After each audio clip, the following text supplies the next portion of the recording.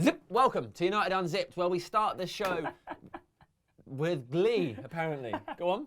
I drew a little picture of a willy on my paper, mate. Brilliant. We start the show with the sad news that Ole Gunnar Solskjaer didn't wave. But here's the thing. He might still wave because Solskjaer is known to doing things at the very last second. For all we know, he's waving right now. But if he doesn't, we're going to believe that that isn't the real account. We knew this was a gamble to begin with. I'm checking Twitter now. Do it. We weren't sure if it was really his account, and now we think it definitely isn't. So sorry about that. Hasn't waved yet. But he's not real. He's probably just some guy called Colin who lives in Stoke-on-Trent with his mum and 6 cats. And Stoke-on-Trent and your mum and 6 cats. 1, you got too many cats. Yeah. 2, your mum's stupid. She is 3, why are you setting up fake Twitter accounts? Get yourself a real job. Yeah, all 4, those things. you've got too many cats. Yeah, 6 is too many cats. My little brother's got 3 cats. One of them's called Giggsy. Leave your comments below. It's Yeah. 3 too many cats. It's 3 too many cats. We'd like to know, and I can tell him for If sure. it is, we'll kill one of them. Yeah. Live. Let's keep in mind, one is called Giggsy, so one is probably One okay. called at Giggsy, that. yeah, sorry. What are the others called? Can you run them? I don't know, other names. They're not football names, so who cares? Right, let's move on. We've got a new wave target, and it is... Who is it? It's an unusual one. Go on. It is at Timbu95. Timothy Fosu-Mensah. Timothy Fosu-Mensah. Under 21 stars, on the fringes of the first team. Maybe we'll see him get his debut this season. Probably would have if we'd got like a lowly team in the Capital One Cup and not been knocked out straight away. Maybe the FA Cup this year against the likes of Shrewsbury. I don't Forest know who we're Green going to get. Rovers. Hello, one of them.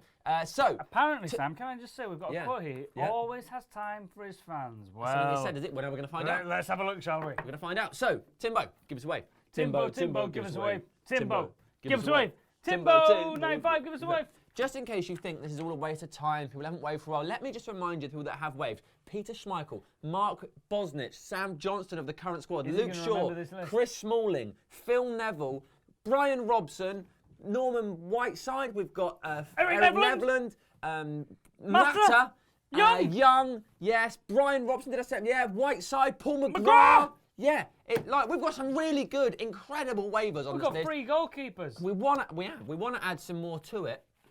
I think next week let's go for a high caliber name again. Okay. Maybe a legend. Let's find a legend. Pele. Didn't really play for Manchester United. So let's go to club news now, starting with Manchester United's annual UNICEF dinner for the first team and coaching staff at the club. They raised £230,000, which will be not given to, but will help children in Bangladesh. Imagine if that was given to one child in Bangladesh.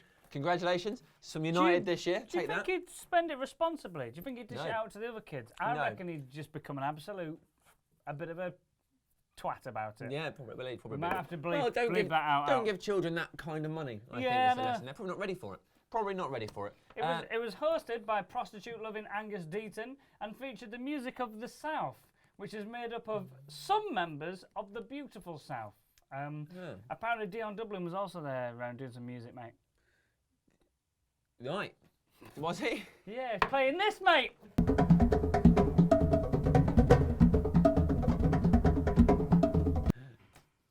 I was not prepared for that. I didn't see it coming. Valdez wasn't there. More on that later. Now, Vanja Milankovic has left Manchester United because he couldn't get a work permit. We were all excited. He's won the Under-20s World Cup with Serbia. He's 7'4". Is he? Roughly. I don't know if that's accurate.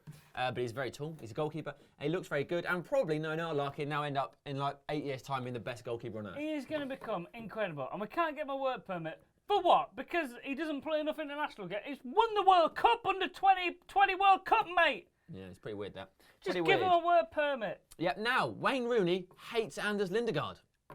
Shock, I know. Rooney did an interview, and he was asked who would he least like to be stuck in a lift with of all his teammates and former teammates, and he said Lindegaard because he's annoying. Plain annoying. Said Anders is annoying. But then, go on in, tell him what happened. Lindegaard did a little reply to that. He must have seen that. He didn't think it was a joke. I think this is clearly genuine. And he said, that's why you don't want to be stuck in a lift with me, mate, with a picture of Wayne Rooney. Picture. Here's the picture. Yeah, here it is. Rooney bent over, taking it from behind. Anders Lindegaard. There's an Arsenal player at the front. That's what we like to call a lewd act. Maybe that's why Rooney finds him annoying. Yeah. He's forever on the prowl.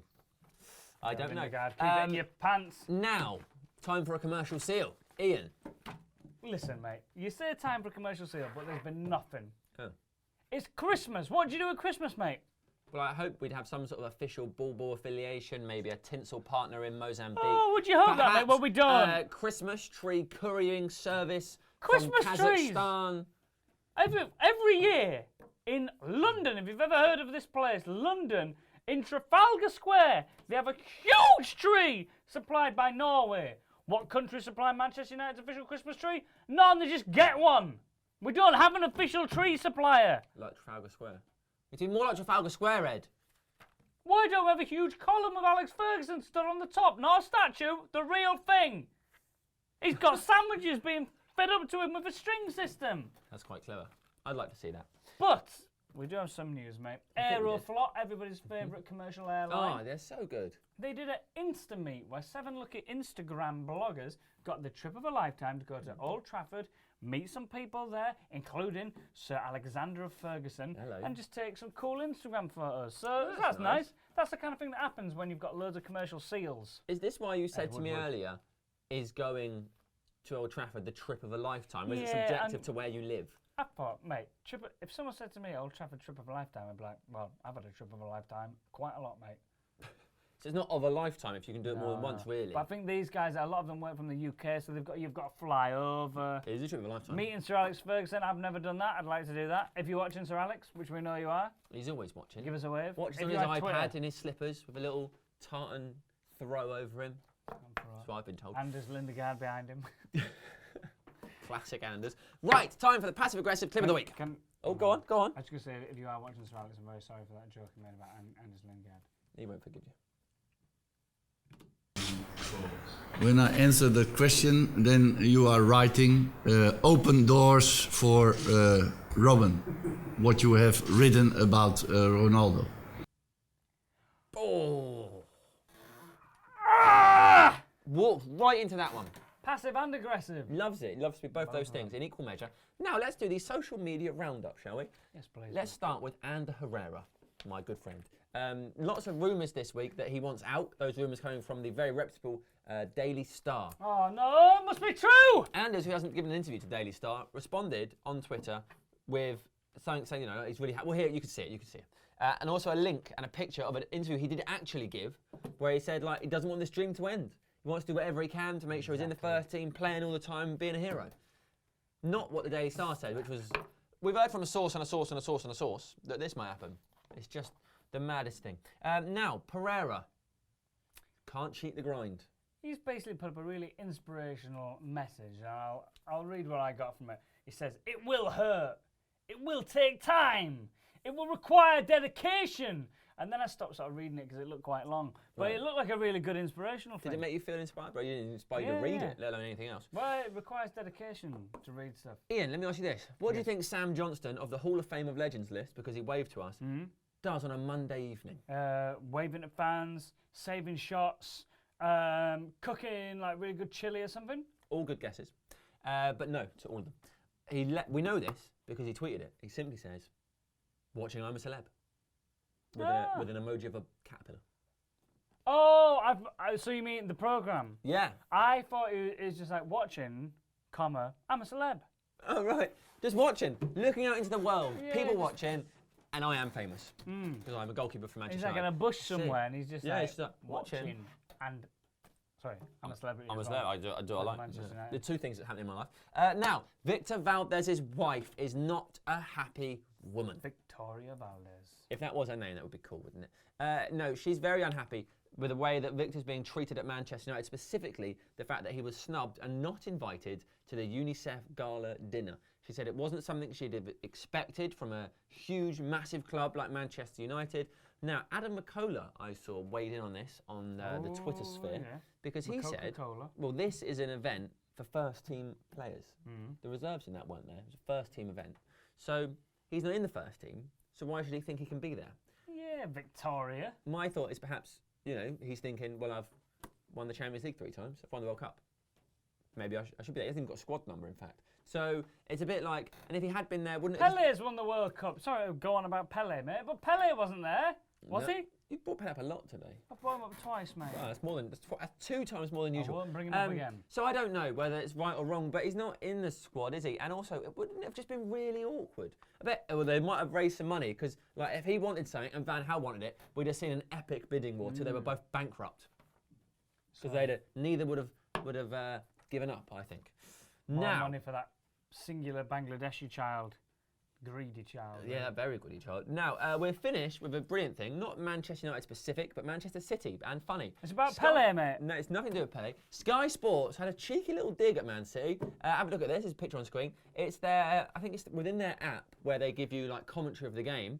They suggest that a lot of Man City fans turned up for their game last night against Hull dressed as empty seats, which I think is just a witty little. The seats were empty. Yeah, well, that's Nobody what they're was saying. dressed. They're saying the seats are empty. They don't mean that. They didn't mean they'd come and dressed as empty. They mean what they're seeing is empty seats, and they've gone. Someone's come dressed as an empty, but they know that no one would come dressed as an empty seat.